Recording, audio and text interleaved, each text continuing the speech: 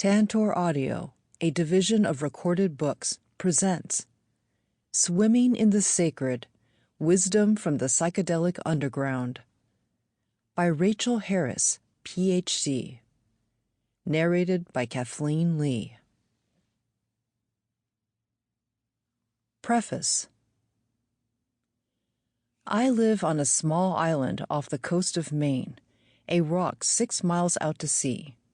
We have little topsoil, and the spruce grows spindly and then blow over when winter winds and spring rains hit them hard. Walking through the woods, I see there are many blowdowns where a tree has fallen and the root system is exposed, torn from the mossy earth. Sometimes there's an opening in the ground right at that spot, inviting curiosity and exploration. It's almost as if I could crawl into the shadows there, under the web of disconnected roots, and enter another world. The dark is darker on the island. We have no ambient light, and when the moon is waning, the Milky Way is a cloudy streak across the sky. The darkness descends, envelops me. I melt into the night. The me and not me are one and the same. When I return to myself and my fears, I sweep my flashlight across the landscape, on the lookout for wild eyes that glow in the dark. When the wind is up and the sea is rough, the waves crash into Boom Beach, which is not a sandy beach, but a cove filled with granite boulders. The surf bounces these boulders like marbles, and the ground booms and shakes the quarter-mile to my cabin, where I feel the rumble in my bones. I came home one afternoon to see an eagle perched on a log floating in the pond about 10 feet away from me. We looked at each other and hesitated, both of us. The eagle made the first move, spreading its wings, talons up. Then I saw the half-eaten seagull drifting in the water, bloody and bloated, and the circle of white feathers on the bank of the pond. Evidence, I thought at first. A murder. But no. The kill is about life. The eagle flies high. Some nights, I hear the coyotes sing their song of red in tooth and claw. Their sound carries across the pond. I know they're by their lairs in the rocky ledges up in the hills of the island interior. It's a choral celebration that chills my bones. I stay inside my cabin and watch the moon move across the sky until the river of light is reflected in the water. Then, as in a dream, I follow the silvery pathway. On summer mornings, I walk along the road that cuts through the forest to encircle the island. I pause where the road allows a view of Head Harbor and the ocean rolling into the granite shore. The day after a storm, I can hear the surf, arising from different directions, echoing around the island. Spring water in the brooks tumbles over rocks. The island is always speaking. I have to be quiet to hear. I went out with a neighbor in a 14-foot aluminum skiff around the southern end of the island. The small outboard motor was remarkably quiet, and we didn't talk much. We were hoping to see one of those gigantic sunfish that swim on their sides and make eye contact when you come upon them. But we didn't. It's a big ocean, and I guess they had other things to do.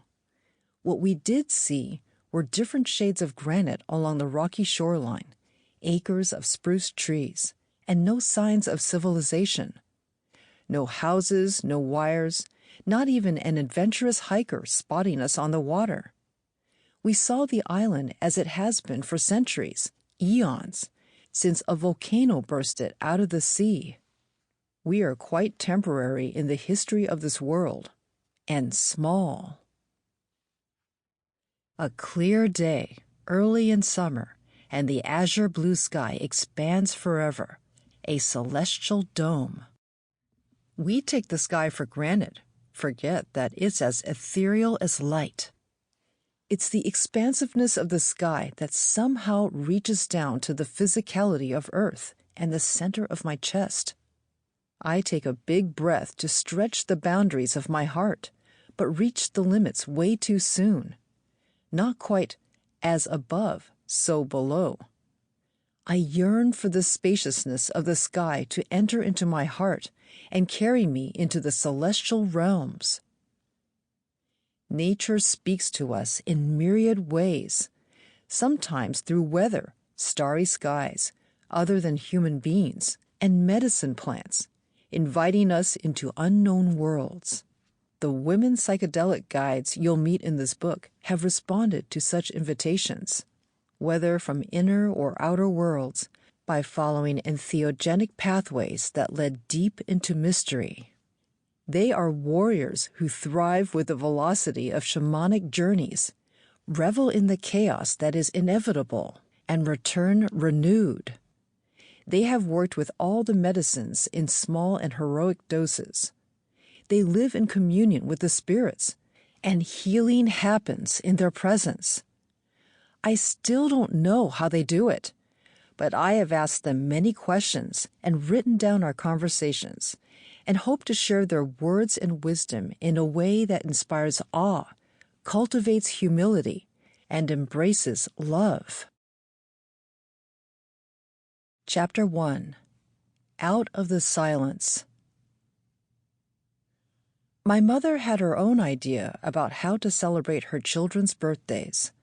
She would walk me and my older brother past the neighbor's flower garden, where I remember the hollyhocks in full bloom, taller than I was at 5 years old. Whether it was their standing in the world, their brilliant colors, or the delight I took in the sound of their name, these plants had a presence I recognized as we walked by, trespassing on our neighbor's lawn to cross the street and climb the hill to reach the broad meadow. That's where the birthday present was. Small airplanes lined up along the side of the meadow. I know in the memory of my jostled bones that there was no airstrip. My brother and I climbed into a plane for our birthday flight. This was the early 1950s, and airplane rides for civilians, especially children on their own, were a rather exotic idea. Only 15 minutes flying over a small town changed me. I learned for the first time that there was something I could do that my brother, almost 4 years older, couldn't. I could enjoy the adventure, unafraid. My brother, not so much. Part of what fascinated me with the whole experience was the new perspective. I looked down past the wings and propellers to see the white stucco house where we lived on one floor, and the neighbor's garden with the hollyhocks. I saw familiar landmarks, but from an entirely new viewpoint. That was my mother's real present, and, surprisingly, the gift of the entheogens decades later. Like most children, I was a serious observer of my mother during my earliest years. I watched her learn how to drive a car for the first time when she was almost 40. A native New Yorker who'd lived in the city all her life, she was terrified. She spent years backing up and moving forward along our 50-foot driveway, never venturing onto the street. I stood on the running board, going for a free ride, as she inched along the driveway.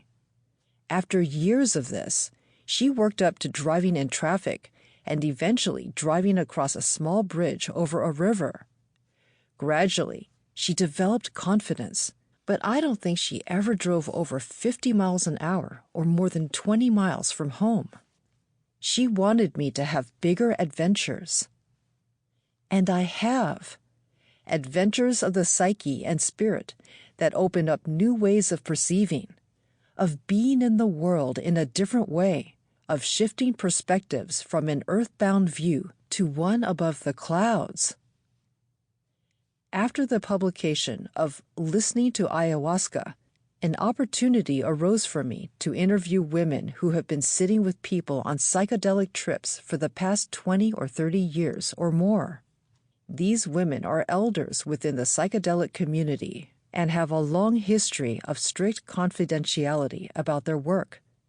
They are part of the silent psychedelic underground. When I began the interviews for this book, I thought I would be very similar to these women. Certainly, I had been in many of the same places they'd been, such as Esalen Institute in Big Sur, California, during the late 60s when drugs were readily available and mostly used for psychospiritual development. I knew a number of the mentors who trained these women guides. I had been around during those early psychedelic years. I thought I could have gone in their direction. Certainly, I shared the same enthusiasm for these mind-blowing trips that expanded and deepened the spontaneous peak experiences I had known from when I was a child. I had no way of talking about those moments in my life, but I knew they formed the core of my being, and I'd been pursuing them since those early plane rides opened up new vistas. I thought the women guides represented my unlived life, the road not taken. I thought they'd be as enamored as I was with the therapeutic potential in these psychedelic medicines. I thought their work would look somewhat like my private psychotherapy practice, albeit with illegal drugs and far greater confidentiality and secrecy. I cannot believe how wrong I was about everything. The women of the psychedelic underground are priestesses, shamans. I didn't know that when I started to interview them. I thought they were therapists like me. They're not. When I asked Mary about integration after a ceremony, she explained, "If a client asks, I will offer a brief check-in by phone a day or so after the ceremony." "What if the person wants to talk with you more?" I persisted. "I can schedule time on the phone or in person," Mary explained, "but that's an extra fee, and I'm very clear that I'm not available for ongoing psychotherapy. If the person wants more, they can do another ceremony. I'm very supportive, but I'm not working as a psychotherapist." Our culture doesn't exactly have a role for what Mary does. Calling these women priestesses or shamans is our culture's best approximation. My exchange with Mary was the turning point for me, when I realized these guides are doing something completely different from what I'd imagined. Based on this exchange, I said to Medrith, "I assume you see people once?" "No," she replied emphatically. "2/3 of people I see are in my life. I'm sitter, guide, big sister, friend, gossip." But even though she uses Gestalt therapy in her week-long retreats, she said, "I'm not a psychotherapist. I'm about self-discovery. The answers are inside and will emerge. I have certainty about the spiritual process." If someone has questions or difficulties after a ceremony, the women guides often tell them to do another journey. The guide points the person back to their relationship with the medicine and away from an ongoing therapeutic relationship with the guide. This is not done in an uncaring way. Rather, it's a statement of faith in the psychedelic process, and that healing comes through the journeys themselves.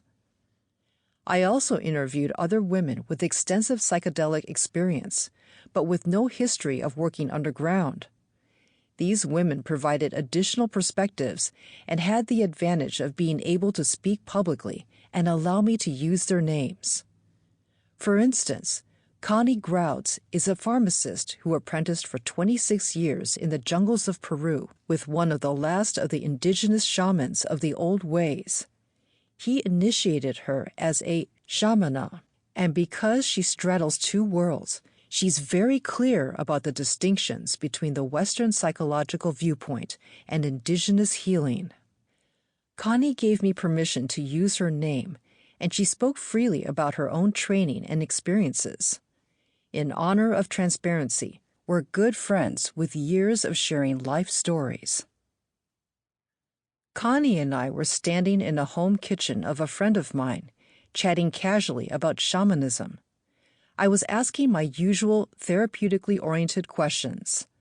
Connie drew close to me, face to face, and shouted with great intensity, "We don't care about the family history.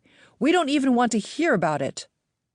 Connie was repeating words she'd heard from her maestro during her apprenticeship. All of a sudden, the kitchen seemed very small and way too close. There's no question in my mind that Connie did a shamanic intervention using her maestro's words to shock me out of my usual way of thinking. Later that same day, I asked my friend who had witnessed this exchange, "Did Connie yell at me?" I needed a reality check, as I was sure she had yelled at me at the top of her lungs. My friend said, "No, she didn't yell at you." I had to think about this for a long time. It still felt as if Connie had yelled at me, and it does even now as I remember this situation. I do realize, though, that this wasn't the case. Connie had focused her energy on me to make a very important point. This is not psychotherapy. She blasted me out of my assumption with a shock of energy. The underground guides might be therapeutic, but they are not therapists. They travel to other worlds, cultivate unseen allies, guide journeys, and bring their clients home safely. Their primary relationship is with their personal healing spirits, plant teachers, ancestors, unseen forces of nature. Not many therapists would describe their work in quite the same way. My first psychedelic experiences. I landed in San Francisco during the infamous Summer of Love, 1967. I saw the Diggers serve food to thousands in Golden Gate Park, heard Stephen Gaskin inspire his followers to form a cavalcade of vans driving to Tennessee to start the Farm Commune, saw drugs everywhere, and took nothing. I've always been on the serious side and have never taken anything for fun. Well, other than marijuana, which still makes me giggle during the rare times I indulge. I was in search of the great mystery and my own personal healing, not unlike many of the psychedelic guides I've interviewed. The following year, I lived at Esalen Institute as a fellow in their 6-month residential program. Again, drugs were all around, but I was cautious. When I finally decided to trip, I planned with a few friends to spend a sunny afternoon on a ridge above the fog line in Big Sur. We each set spiritual intentions, fasted, and meditated. Big Sur is a glorious setting, and as the LSD came on, the landscape grew ever more saturated with golden light. After the onset, I began to notice unusual physical sensations, and after a totally unknown amount of time, it finally dawned on me that I was hungry. I'm embarrassed to admit this, but I spent what might have been the peak of an acid trip frying bacon in the kitchen of a Big Sur homestead.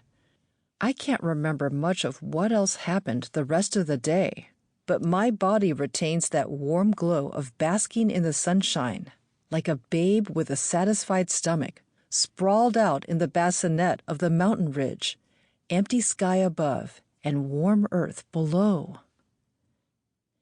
There's a consensus that an inward focus supported by an experienced guide is essential for a therapeutic outcome. A focus that does not usually include frying bacon, I might add. Change is not inherent in the drug itself. Healing depends on how the medicine is used, the support of the guide, the intentions. Think about it. If all the people who had tripped during those 60s music festivals had experienced a psychospiritual wake-up call, the baby boom generation would not have exploited the natural world and one another in pursuit of profits the way they have during the last half-century. One experience with MDA, similar to but different from MDMA, remains vivid in my memory because it proved to be a turning point that has stayed with me my whole life. I was still living at Esalen and planned to swallow the pill and head to the lodge where a few hundred people were gathered for dinner and conversation. I was under the impression that this medicine was mostly a social experience of open-hearted communion. What better place than a buzzing lodge filled with kindred spirits? I lasted maybe half an hour. What sent me reeling back to my cabin was watching myself in conversation. I saw quite plainly that I wasn't really in the conversation. I was role-playing the conversation. I was totally on a people-pleasing feminine script. This reminds me now of a New Yorker cartoon where a professorial-type older man is talking and talking through 8 panels to a young woman who just listens intently, saying nothing. In the last panel, the man exclaims to her, "You're a very intelligent little woman, my dear." This cartoon is a perfect illustration of my 1950s cultural programming, and MDA showed me how I was caught in this outdated conditioning. I don't remember anything else from this experience, and perhaps one insight that lasts a lifetime is enough. I spent the rest of that trip alone, never talked with anyone about it, and never took that drug again until I was researching this book over half a century later. My own underground journey. Since I had never experienced a psychedelic in the manner of the underground guides I was interviewing and the current studies I was researching, I arranged to do so. The standard protocol for both underground sessions and psychedelic research studies includes safe, comfy surroundings, eye shades, earphones for music, setting of intentions, and at least one guide or sitter. I can't explain why it took me a year of researching the hidden world of medicine journeys to realize that I was writing about something I hadn't yet experienced. But suffice it to say, once I realized my lack, I corrected it immediately. The underground guide lovingly tucked me in, and I was cozy under blankets with earphones and eye shades in place, just as I entered the vastness of inner space opened by the MDMA. Not only was this already completely different from the social experiment of my youth, but it differed from my almost 2 decades of drinking ayahuasca in traditional ceremonies. Committed to that muddy brew, I often bemoaned the fact that I hadn't fallen in love with a more fun medicine like MDMA.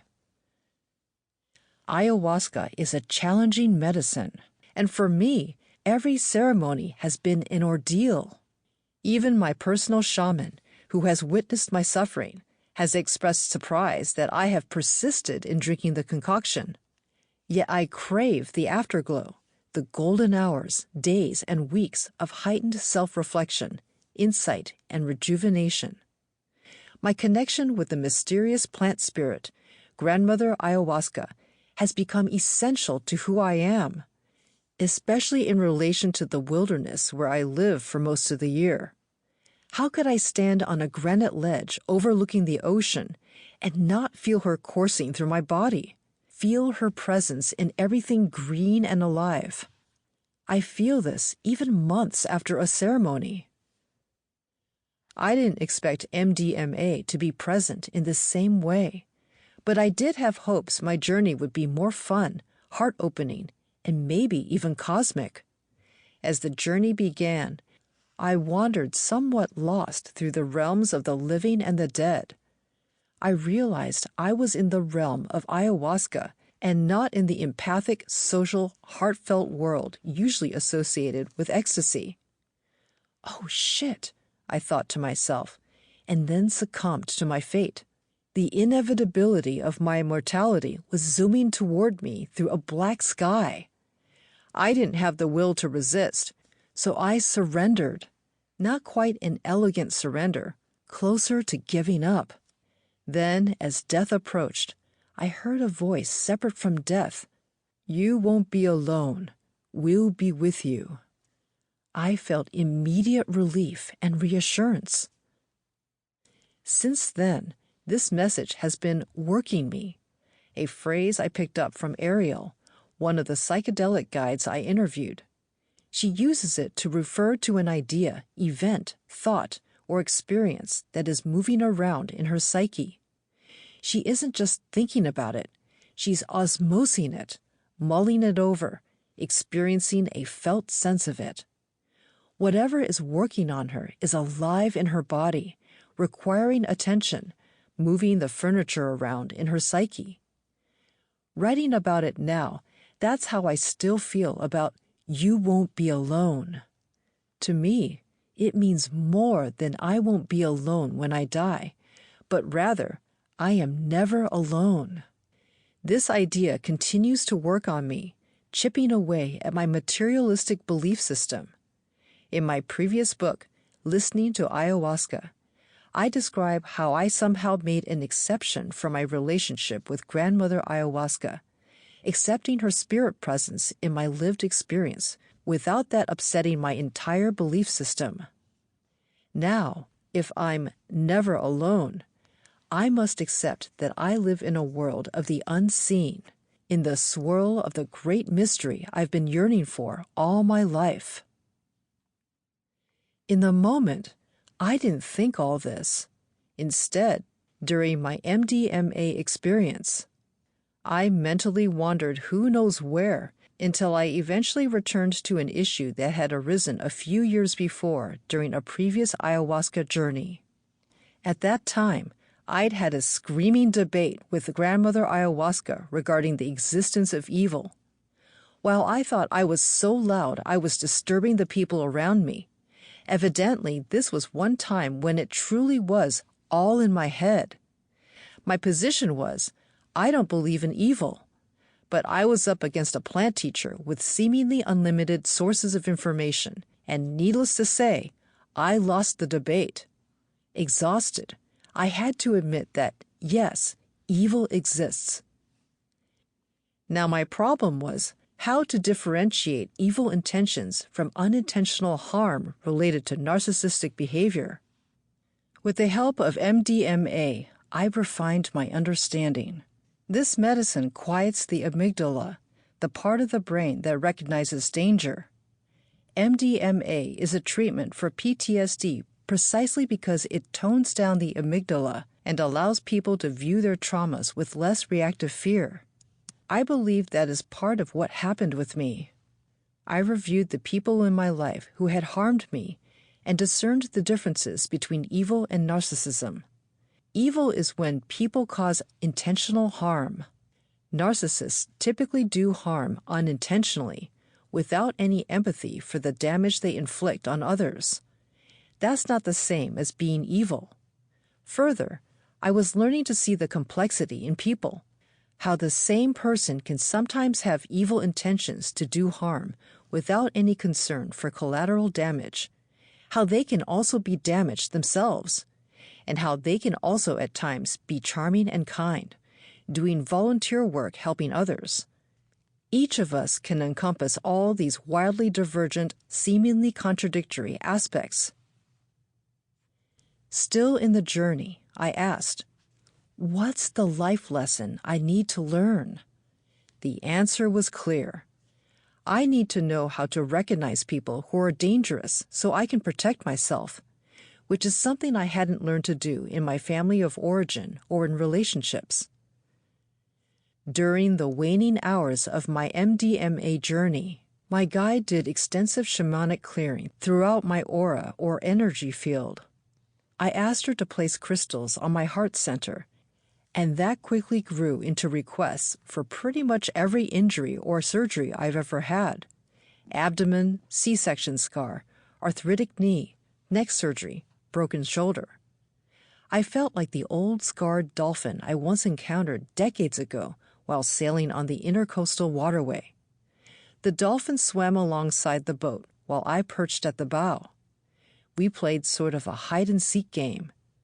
Every time the dolphin surfaced, we made direct eye contact, and then I was sure she was a female, though I couldn't know, would dive back under the water, and I could see all the scars along the whole length of her back. It was almost as if she were showing me the history of the traumas in her life. I felt myself soften with every meeting until I entered into such communion with her that my eyes filled with tears. In my MDMA journey, Sample complete. Ready to continue?